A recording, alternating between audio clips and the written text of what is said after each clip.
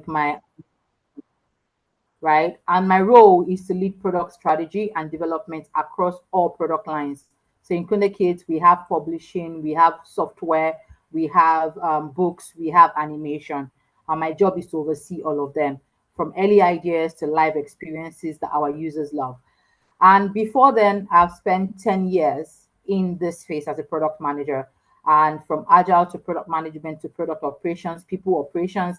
Along the way, I have interviewed over thousands of people, QA alike, and I had over 100 QAs as of today. And today, I'll be sharing some of the insights I learned along the way, what I look out for, what jumps at me, how I select the best QA talents.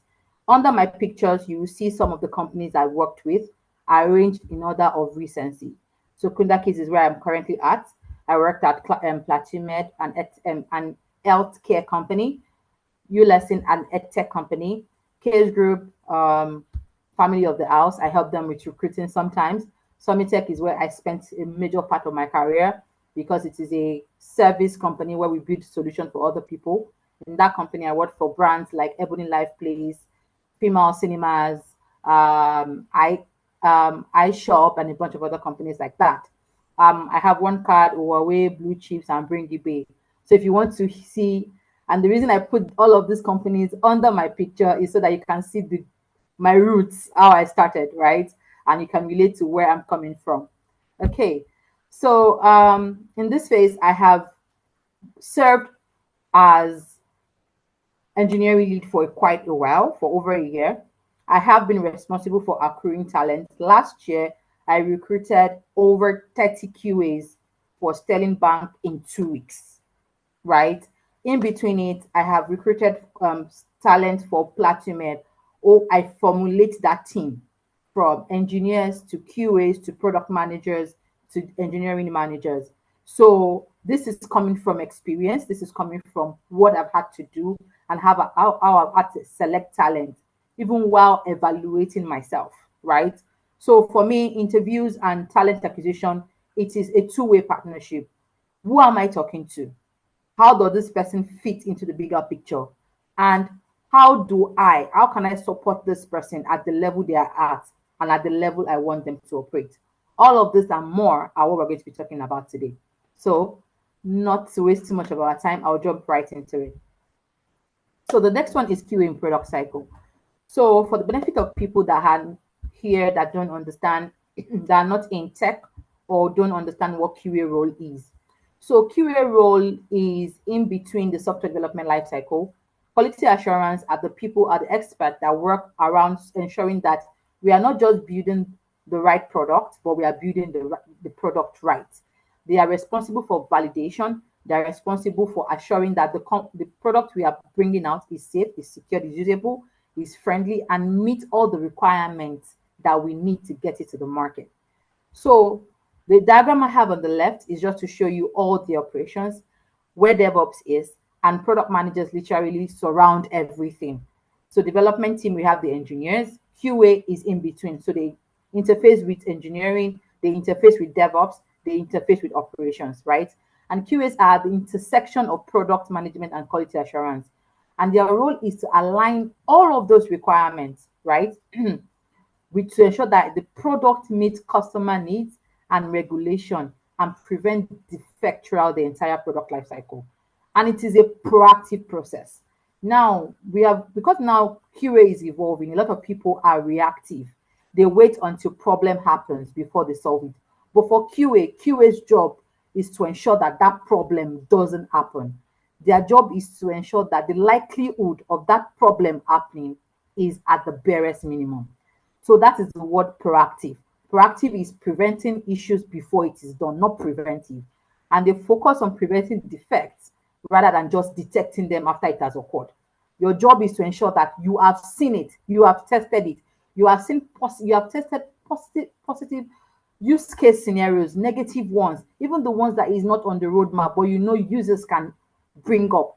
Example is you have a name field, and everybody knows Miriam Yunus is Miriam Yunus, but you are trying to test if you put 1 in that name, does the field reject it? If you put ampersand, #, asterisk, does the field expect it? Even though those things are characters that should be rejected, hyphen should not be rejected because we have names like Damife Olaleye Martins.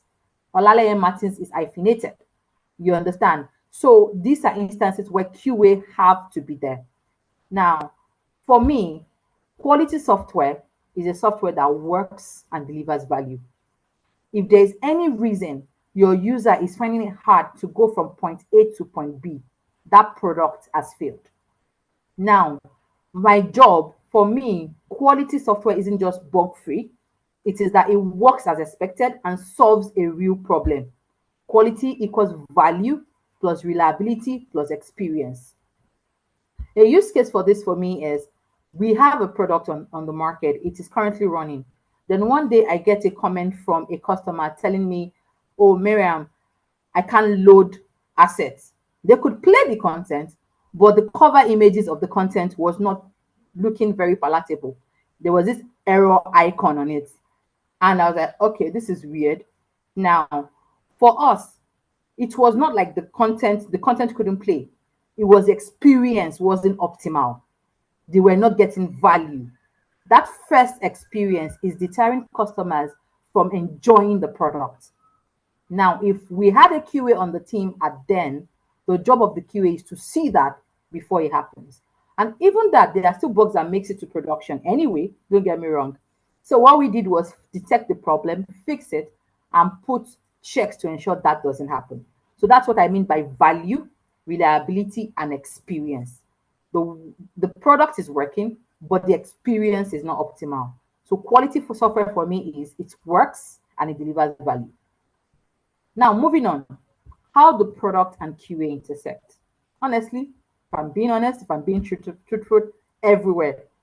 Every company I go, if they don't have a QA, the first thing I tell them is, you must have a QA on your team. I cannot test. And that is funny coming from someone that has a background in computer science and is a certified QA engineer. I will tell them, at this time, I am your product manager. I cannot test every use case scenario. When I have a QA is like my secret weapon to ensure that nothing slips through the crack. So for me, QA is everywhere. But most people only start involving QA when product has started, when they are ready to launch. We get that a lot in Qace Tech.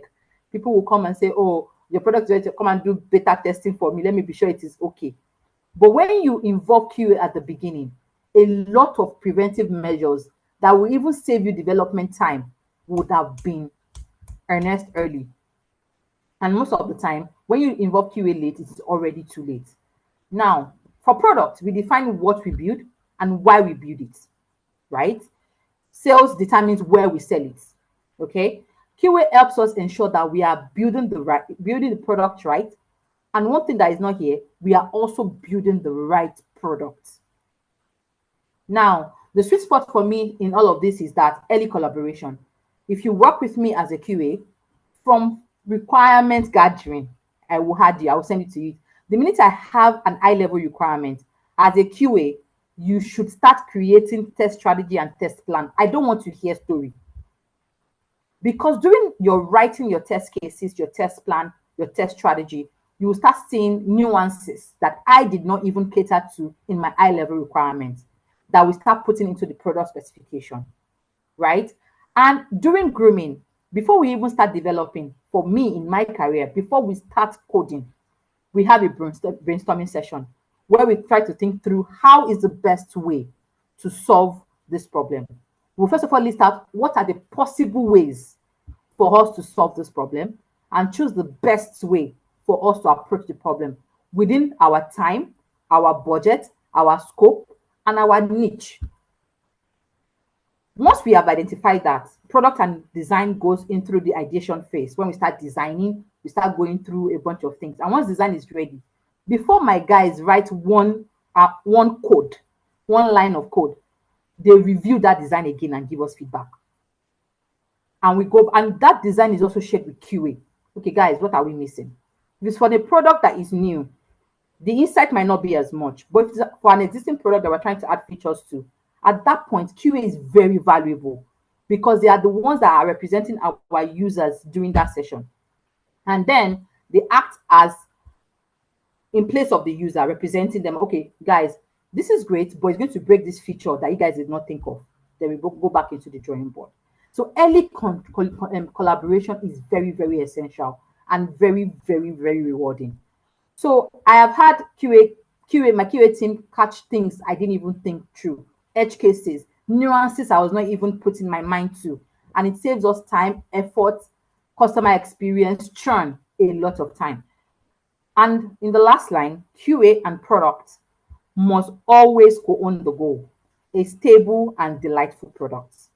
I don't know. I think I work like this because I have had to be in different functional units within the software development lifecycle. But I have seen that this works and this saves everybody time and headache. Moving on. So, importance of QA in product development. For me, like I said, they are my secret weapon.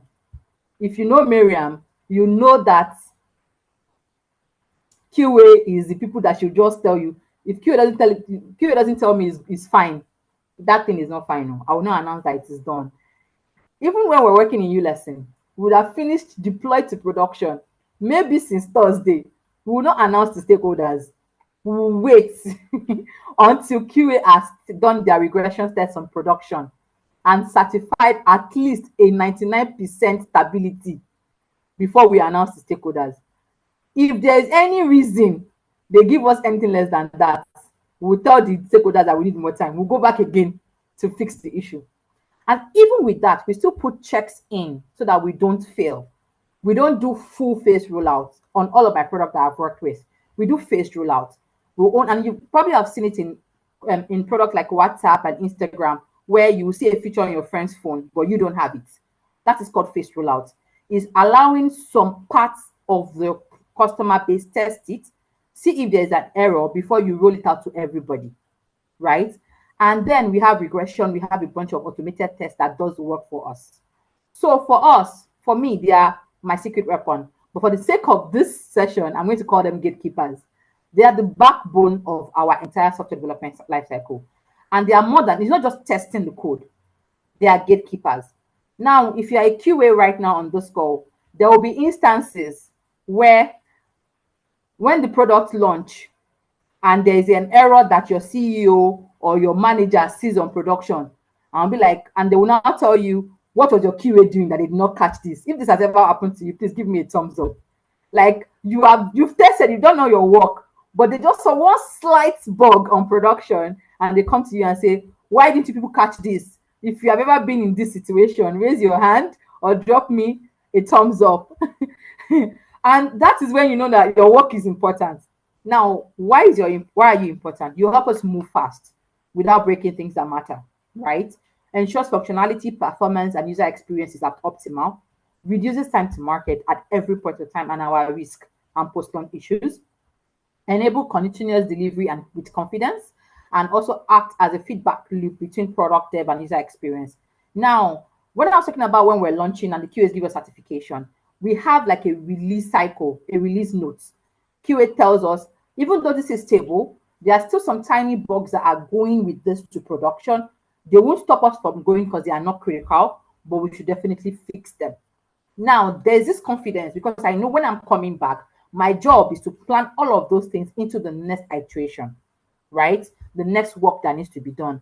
Whenever I use product lingos, I'll try as much as possible to use English words. So please forgive me for the people that are not in tech in the team.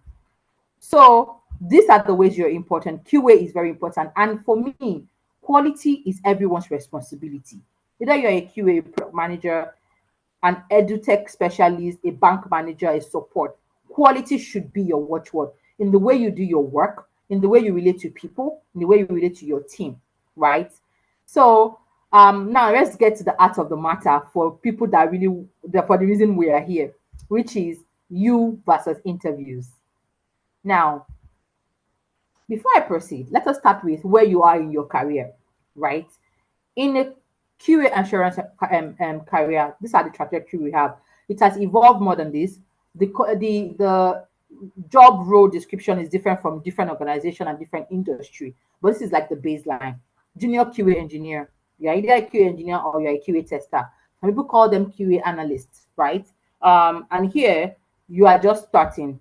You are literally 0 to 1 to 2 years on the job. You are still doing a lot of manual. You are finding your feet. You're trying to figure something out. A QA engineer, you are over 2 years in the job, but less than 4 years.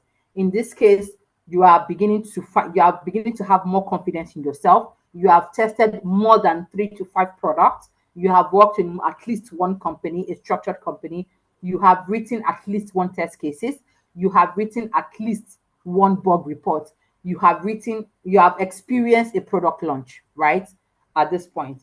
Then a senior QA engineer or tester at this space, in this space, you are confident. You have over 4 years experience, but less than 7. You have strong manual testing experience. You have some automation experience, at least 1 to 2 years minimum. You have people under you that are juniors that you're trying to mentor. You are creating test plan, test strategy. You are executing test strategy. You are defining internal processes. You are working with internal teams. A lead testing specialist, you are responsible for automation. You are responsible for API and performance. You are doing your CI/CD. You are leading teams. You have over 5 years of experience. You are monitoring senior and junior and mid-level QAs engineer. We are responsible for processes and standards in the organization.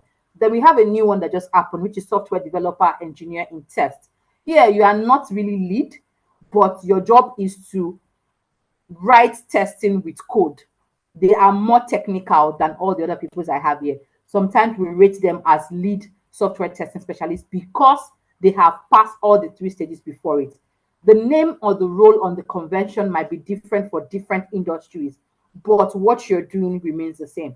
So wherever you are in your career, this applies to you. Now, there are 2 different types of interviews. We have physical interview and virtual interviews. Now, we are in the Gen Z era where everything is happening virtual. But during our own era, you will wear suit, tie, office dress, wear your cocoa shoe, and go to VI or Lekki or anywhere in CBD if you are in Abuja to look for a job. And you go there, you knot your tie very well. There will be a reception that will calling you in, and you'll be waiting. And from the door, your interview has started. From the reception looking at you like you have body odor or you are sweating, and it is normal. Where virtual interviews is where the general we are now, where the meeting happens over Zoom, over Google Meet, over Teams, and all of that. And for the interview is the same, but the nuances in them are different, right? For physical interview, you are face to face. You are meeting that person in person, and full body language, how you do everything you're doing. In fact, literally from the door, you are being assessed. Why virtual interviews is conducted remotely, and we utilize tools like video conferencing tool like Teams, like I mentioned, and it is structured and ensures the goal is for you to communicate while you're there. There won't be a lot of body languages, but verbal cues are very, very interpreted. Okay. Now, as someone looking to stay in this role, you need to understand the difference between them. Now, for physical interview, dress smart. You don't have to wear suits. You don't always have to wear suits. Dress formal, wear a very, very clean, neatly ironed shirt, business casual, clean shoes, neat hair.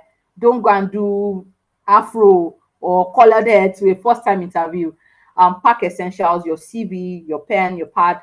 Arrive early. If your interview is for 9, be there at least, worst case, 10 minutes at a time. I tell people on my team that if you are on time, you are late, right?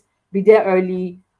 Physical etiquette, firm handshake, don't slouch, smile, steady eye contact, be confident, sit up straight, don't slouch or fidget.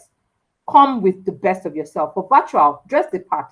I have seen in the course of interviewing in the last 3 years that people have taken virtual interview disrespectfully. I have seen someone that wore a gym wear. She was literally sweating to an interview. Where the people that want to interview you are dressing formal. You came to the interview with armless. I'm not joking, guys. And even though she had good things to say, even though she was able to defend a certificate, they did not take her because it's actually a disrespect for you to go somewhere that you are expected and you're dressing like, I don't give a damn, I know what I do. Respect in interviews is reciprocal. If you respect your interview, they will also respect you. That's my own opinion. Wear through the business casual, like Wear your normal, if it is a t-shirt, we are in tech world, a clean t-shirt, ensure your room hair is properly combed and all of that. And be cordial, even to the bottom half, even though you don't have to, since you are coming for virtual, you don't have to wear full suit down. But from up to here, give them the best of yourself. Ensure you test your internet before that time. If I have an interview for 9, I will do my test at 8, 8:30, and 10 minutes to 8:30 to that time, because it's very important. I check my mic, I check my internet is okay, I check that everywhere I am, there's no noise, there's no background noise, my room is well lit, right? And then I ensure my room is tidy, there won't be any distraction.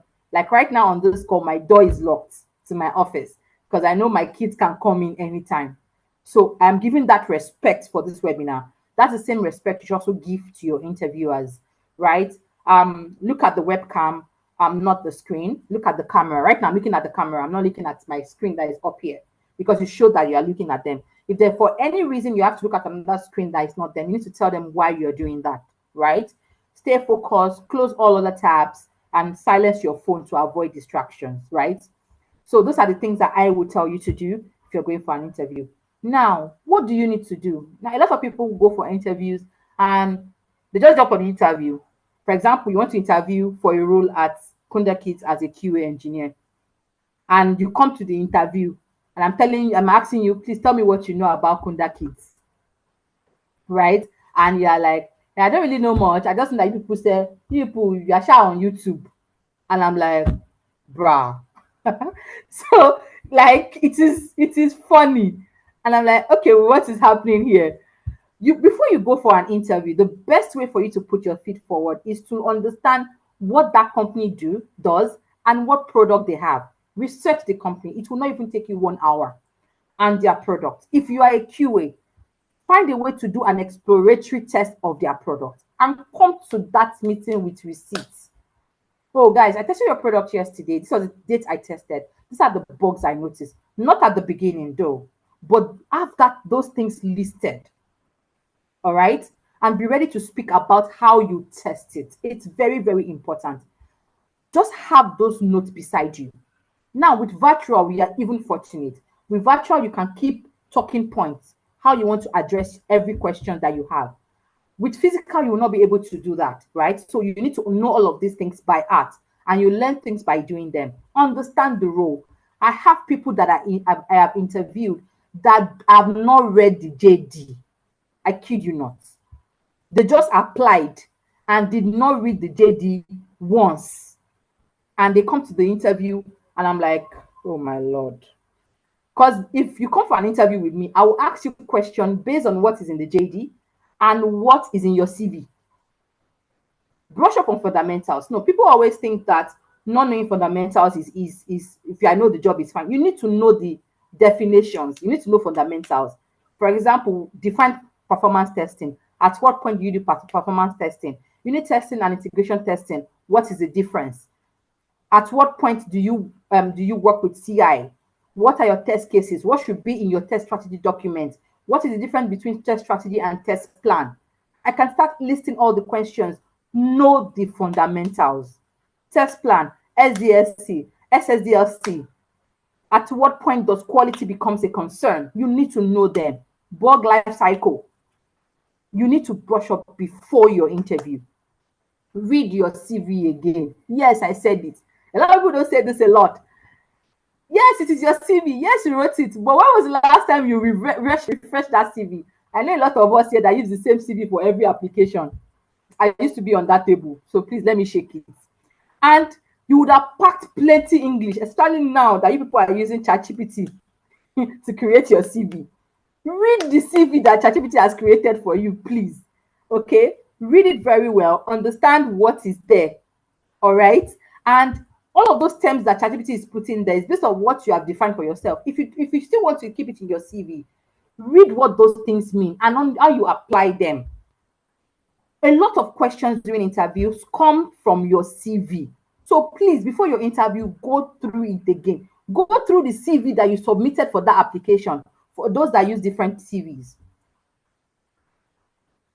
Now, the last one, prepare to come with the best version of you. The saying that first impression matters, it is the truth. If you come to the meeting acting arrogant, I will assume you are arrogant. If you come to the interview looking shabby, I will assume your work is shabby. Ensure you are in a quiet room. Ensure your internet is okay. Ensure that you are in the interview with the mental readiness to come to this meeting with your video on. I don't have to turn on my video for this session, but I want you guys to see the best version of me. And this is not even the best, because normally when I put makeup, I'm fine now. But you get what I'm saying. For physical, dress smart. For virtual, ensure you're in a quietly room. There is light, there is everything. Internet connection is okay. You have everything you need to succeed. If you're the type that takes notes, put your notes beside you. If it is hard copy, it's on your screen, put it there. Talking points. All right. That is what you need to know before you go for your interview. Now, you have in the interview, what are the things that I look out for as someone that has hired people for the last few years, over 10 years of doing this? In your interview, the first thing, every interview question, the first thing they will tell you is introduce yourself. Now, this is where people fail. I see people start telling me, I have BSc from computer science. I'm the first in my family. I am this, I am that. Please, let's not do that again. Let's take that now and drop it in trash can. What they want to know is introduce yourself as it relates to the role. All right. Now, the way I would go through that is, hi guys, I'm happy to be here. Thanks for having me. My name is Miriam Yunus. I am a product manager and I've been doing this for the last 10 years. I'm currently the head of product at Kinder Kids, and today I'm applying for the role of blah, blah, blah at blah, blah, blah. For the case of this session, let's talk about senior product manager at Google, now, or head of product at Google. I'm here today to interview for the head of product at Google. In the last 10 years, I have been at the sphere of shipping product and building product from early on to the future. And my job does not end there. I'm also responsible for customer experience, usability, blah, blah, blah, blah, blah. And before this role, I have worked on 2 different companies, blah, blah, blah, blah, blah, list them. And then that's it. Keep it short and simple. If you cannot introduce yourself in less than 5 minutes, you are doing it wrong. Now, during questions, if it is a technical interview, they will ask you technical questions. If it is cultural fit interviews, they will ask you scenario-based questions, right? Oh, this happened in this company. Well, for A and B, how would you handle it? Now, answer the question, then use real-life example to back it up. Now, let me tell you my interview with For You lesson. Then I was even just a junior PM. I was applying for the role of senior PM. I had never worked in EdTech before, education. That was my first EdTech product. And I was like, okay, how would you build solution for children? And for someone that doesn't have the experience, I was supposed to fail that naturally. But I was, yes. Although I have not built EdTech before, the way I will build about this is one of the things I have done in my research is to ensure that when you're building things for children and solutions for children, it is fun, it is engaging, it is not distracting, and you also affirm learning. Now, based on that research, I also employed this in a project I worked on for Film Up Cinemas, where we not only built something that the company wanted, but for users want. What I did was I did a user research where I tried to understand what the users of that particular solution, of that cinema want, and how they want the interface of Film Up Cinemas booking platform to look like. And I took that in and leveraged on that and build a robust experience. If I'm going to be working in U lesson, what I would do is enhance that, understand my customers, which are the learners, and build solutions that work for them. So even though I have never done EdTech before, I was able to use examples that relate to that. Now, show collaboration skills. Find a way in your question as a QA. They will ask you, oh, for example, how would you prepare us for lunch? Or for me, I need to first of all understand from the product managers what exactly is going out with this release and what the requirements are like. Then my job is to test what has been done in line with this requirement, along with edge cases that are also not there. I'll work with designers to ensure that whatever they have designed is well aligned with what has been implemented. And blah, blah, blah, and engineers to ensure that the code works, and there are also rollback mechanisms that has been implemented. DevOps, blah, blah, blah, blah, blah. And you show them that. Be honest, be you, don't lie. Every time you lie, you seek a hole for yourself, because the minute you mention a technical jargon that you have never used before, it will create questions. If you tell me, I was responsible for test strategy, and I'm like, oh, that's good, that's very interesting. Can you tell me what happens in your strategy? And bro, you have never done test strategy before. Can you see you just sunk your hole for yourself? Be honest. If you also don't know it, tell them you don't know, and if they can expatiate. If you did not hear the question, ask, I'm sorry, can you please rephrase that question? I'm not sure I got it correctly. Be honest, talk about how you'd go about learning it if you don't know it as well. Bug reporting matters. If you are interviewing for a QA role, be ready to fix or find a bug in your question. Okay. All right. So talk about tools, but keep it real. Ask questions. Say you got focus. Be honest. Be you. Talk tools, keep it real. Ask questions. Say you got focus. Be honest. Be you. What I look for in my interview: clarity in your thought process and communication. Because I have not seen your bug reports before. Are you explaining yourself clearly? How logical are you solving problem? And how are you able to prioritize and handle ambiguity? I might give you an ambiguous question. How are you able to ask me question around that? Here are examples of scenario-based questions that I put here. Oh, sorry, NEPA has happened to me. Sorry about that, guys. I'll be back shortly. And then these are some of the things I also use in rating. For me, as a product manager and someone that has been acquiring talent for over 10 years, soft skills for me is 30% of your interview. Domain knowledge is 40%. Domain knowledge are your manual testing skills, all the other skills you need to have as a QA. Soft skills are communication, both written and verbal, thinking, obsession to attention, on how you take ownership in your response, your curiosity. Technical skills, all of those big words like CI/CD, API, that's when it now comes. So for me, if you can do your soft skills well and get your domain knowledge well, 70% you've already passed the job for me. Okay, so this is it for me. Physical interview. And then one of the things we do is that once we are done with interview, just finish that is do things after your interview. Tell them thank you. Follow up with an email. Tell them thank you on the call. Follow up with an email. Reflect yourself. Look at what did you do wrong? What did you do better? And you can improve on the next interview. Stay professional until exit and prepare for next step for yourself. It might be follow up. It might be same rules apply and all of that. So post-interview things I do, I send a thank you note. I send thank you note. I circle back if I don't hear back from them. I follow up where it is. And I keep it confidential. I have seen people right now, because of this Gen Z trend, you now see details of the interview on Twitter or on Instagram. Why? Let's keep it classy. Let's keep it demure. So now you've gotten the job. What next? Now, culture fit matters. So as the company is trying to ascertain if you are a fit for their role, you also should also be ascertaining if that company is a fit for you. Now, QA role requires collaboration, feedback, and adaptability, and misalignment leads to miscommunication and frustration on the job. So for that first 30 days, your job is to understand if this is for you. We've seen a lot of things coming in our web where we have mental stress. There's this word you guys use. When I remember the word, I'll say. So try and find a way to collaborate. And these are the ways I do it. 90 days, strategy for your first 90 days. Probationary days is very, very important, and companies take it very, very seriously. So what I do is I spread them over 3 period. The first 30 days, the first 60 days, and the first 90 days.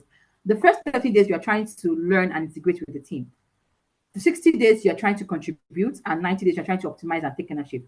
What are the tools they are using? What are the features? The ones you didn't know before you joined. What are the environment they have? What are their test strategies? How do they collaborate? What are the teams they work with outside of your team? In the 60 days, you have deep understanding. You're not contributing. You're writing your test execution. You're not breaking anything. Then 60 is now affirming your own work. You're showing them that I am the right man for the job. Different companies have different probationary days. There's 30 days, there's 60 days. Then there's 3 months, there's 6 months. It depends on wherever. But the first 90 days is very, very important. For me, what I do is when I come to the job, the first week, I'll tell you what you should expect from me in the first 30 days. And I send that to my line manager so I can keep myself and them accountable, and also give clarity to what I will be doing. And also, they can also chip in if they want me to do something else. So the first 30 days is what you do: product knowledge. You understand what they are doing. And here I put it as free trial. And you remember that whenever you do a tool and they're telling you it is free trial, they are not joking. At that time, you are free trial. So you're trying to ensure that they are getting the best value from you, even though you don't know anything on the job. Study plan, ask question, be engaged. The next 30 days is you're now getting your feet a little bit. You're asking questions. You see the colors changes. Here you are orange, here you are now yellow, and here you are now red. Red is important because at this point, you've had 2 months to learn on the job. And here is when you now prove that you are the right person for it. So the slide will be shared. I'm out of time, so I'm rushing. But here you're trying to understand product knowledge, you're trying to affirm and all of that. Then this is a summary.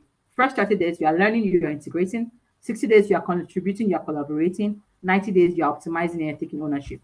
Now, 10 things you should do: understand the product deeply, study the existing QA processes, build strong professional relationship, clarify expectations with your manager.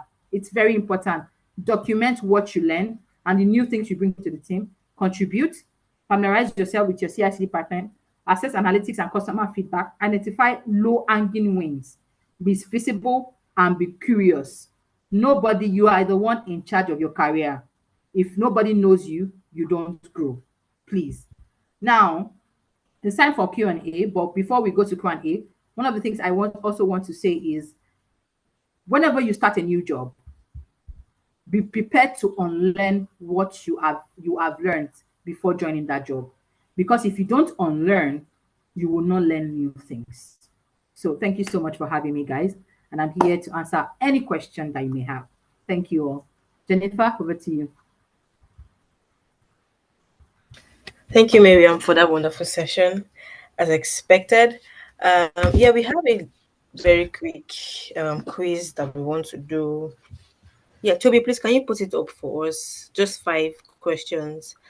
And I know we all have questions. We have questions. We are going to ask our questions. Please make use of the Q&A section to ask your questions, and then Miriam can pick it up from there.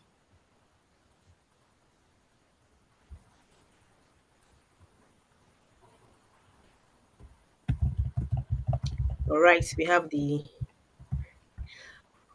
quiz on our screen. It's just 5 questions and shouldn't take us more than 3 minutes, 2 minutes. Yeah.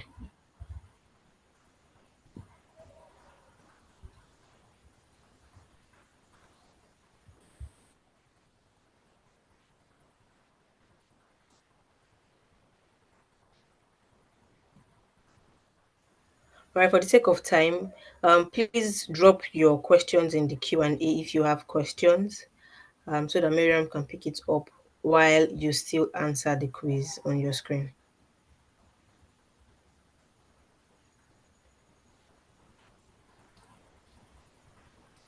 For those that want to unmute, you can just signify.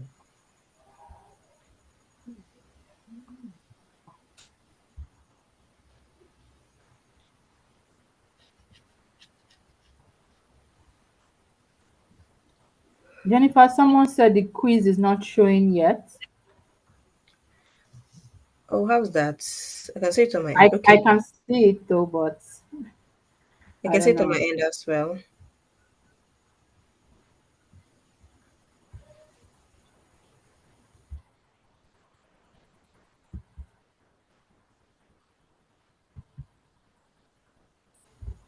I was expecting to see all our questions popping in.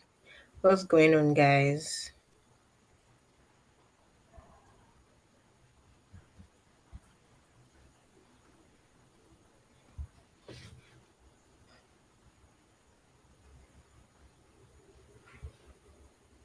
if you can't type the question, the Q&A is a button. You see the button called Q&A. If you can't type there, you can drop your question in the chat. All right, we have one question. Miriam, we have one question. Yes, from Anonymous. You have mentioned reading processes and documents that have been in place. What if you join a company as its first QA? How do you navigate setting this process for yourself to help the team better? PS, product team don't get to create a PRD itself, so test plans have been developed from designs all the while. Good question. And this is currently something one of my QA contractor is currently going through. Is at a place whereby everything is just not structured. Now, what I'll give him the same advice I gave you, which is we know the fundamentals. For you need to create. If there's no process, go ahead and create it. Don't wait to be told. So if you notice that there's no test case, look at the design. If it's the only design you have, create a test case with it. If it's you have a design and you have the PRD, create a test case for it. Now, as you create the test case, you start asking yourself questions and all of that. Start from test cases and create. If they are also, if once you are done with your test case as a minimum, share with the product manager or your own direct QA lead or whoever you are reporting to. Hi, these are the test cases I've done. This also tell them the value of using that and share them. Okay, and then that allows you ensure that they are seeing you and you're visible. If they are no, understand the fundamentals that your company needs to have based on your niche or the sector you're working with and create those things. Track and give them reports on the effectiveness of that new tool. So I hope that answers that. So here I have anonymous attendee again. I'm surprised we're having a lot of anonymous today. Can I apply for a job just as a manual tester? Yes. There are roles right now for manual testers. Any role you see right now that has 0 to 3 years of experience, go ahead and apply for it. They are looking for manual. They don't expect you to have automation skills without knowing manual anyway. And please ensure you read the JD that they did not specify that API or automation test is required. But if you see any job between 0 to 2 years, you are a right fit for it. So apply. And there are jobs that even explicitly state that they are looking for manual testers. So please go ahead and apply for it. The next question here is Dr. Martina. What further trainings can you recommend for a junior QA even when on the job? How does one translate into QA role? Good question. So for further trainings, their Qace Academy currently runs a QA training. Their next cohort is going to be coming in June or July. Jennifer will explain more on that. There are a lot of organizations that do that. Leverage on YouTube tutorials, Udemy, Coursera. And for a junior tester, I would say that for the first 1 year of your role, focus on being really, really, really, really good at building your soft skills and your technical skills. Know how to test properly, test the things that are testable and even not testable. Try as much as possible to break the software. That's how you learn. Now, how do you translate into a QA role? Anyone can become a QA manager as long as you have all of these things I mentioned as soft skills. Let me go back to it. I'm sorry. I'm looking for it. Soft skills. If you have good, strong communication skills, strong analytical skills, attention to detail, you know how to take initiative and ownership and proactive problem solving. You have keen curiosity. You like testing apps. Like you have all of 30% to start. So anybody can transition into QA. So I hope I've been able to answer your question, Dr. Martina. Then the next person here is please, can you give us a website where you can see job vacancies on software testing? I don't know how to answer that, but I know that on Indeed, there are a lot of jobs on Indeed. I know that Qace Tech also has a lot of vacancies. There's LinkedIn as well. Just search for your role. Filter. There are a lot of filters on all of these platforms where you can filter roles based on your experience, location, and all of that, and you get them. So the question was, please give us a website where we can see job vacancies on software testing. So there are a lot of places like that. Modupe asks, thank you for the wonderful session. Please, why is it always difficult to get an internship role? Like, what are the expectations one is expected to have? Yeah. So right now, there are not a lot of jobs out there. Modupe, let me not lie to you. There's inflation, high cost of building is high. So not a lot of company has the patience all the time to hire an intern. But what we've started doing is a lot of companies are beginning to adopt graduate internships. Companies like Qace Academy are also offering internships for anybody that trains with them under one of their groups, right? Companies like ULesson, Flutterwave, Rainers are also doing that. So for you to break into that role, be willing to do free internships, free paid or unpaid internships. Your goal is to gain at least 6 to 1 year experience to have under your belt. Once you have at least 6 months experience, start looking for jobs that allow you to do that. Now, while you're getting those experience, try to get certifications under your belt. Go to academies, get certification on that Coursera. That gives you edge over other entry levels than you. So that is what I would expect you to do. I hope that helps, Modupe. Additional last question. Thank you for the wonderful session. Can you describe the most challenging stakeholder you have ever worked with? How do you manage the relationship? The most challenging person I have ever worked with is sales. They're always frustrating my life. Sales would have built a product that I have not even sold, a product I have not even built. But how did I manage them? I started getting to join their meetings, joining their customer outreach, understanding our budgets line and their targets, and see how I can be support for them and not hindrance. And then I also give them visibility into our product roadmap, why we are building what we are building and when we are building it at the beginning of the year. And I ensure that we review both of our own targets and KPIs and OKRs every quarter. That's the way I've been able to manage them. So that's all the questions we have for the Q&A. Jennifer, I don't know if there's any question in the chat box. Yes, we have one question in the chat box. It says, is it a must for a QA tester to write code? Not a must. However, if you want to move ahead, you should. It is not a must. I have a QA right now, an amazing QA engineer that has been doing this for over 4 years. He doesn't do API, he doesn't do automation, he doesn't even want to, and he's doing well for himself. But if I compare him to the people that he started with, he is below them, because knowing the code takes you over an edge. A lot of companies will even hire you as an automation engineer, but most of the time you still do manual. But when you have automation skills, it gives you an edge over your counterparts. So it is not a must, but it is a good one to have. Someone here said that they want to see the 30 days and 60 days slide. So I'll go back to that while we are getting prepped to end the meeting. So this is like the summary of it all. You can take a snapshot for anyone on the call. Jennifer, I think I am done.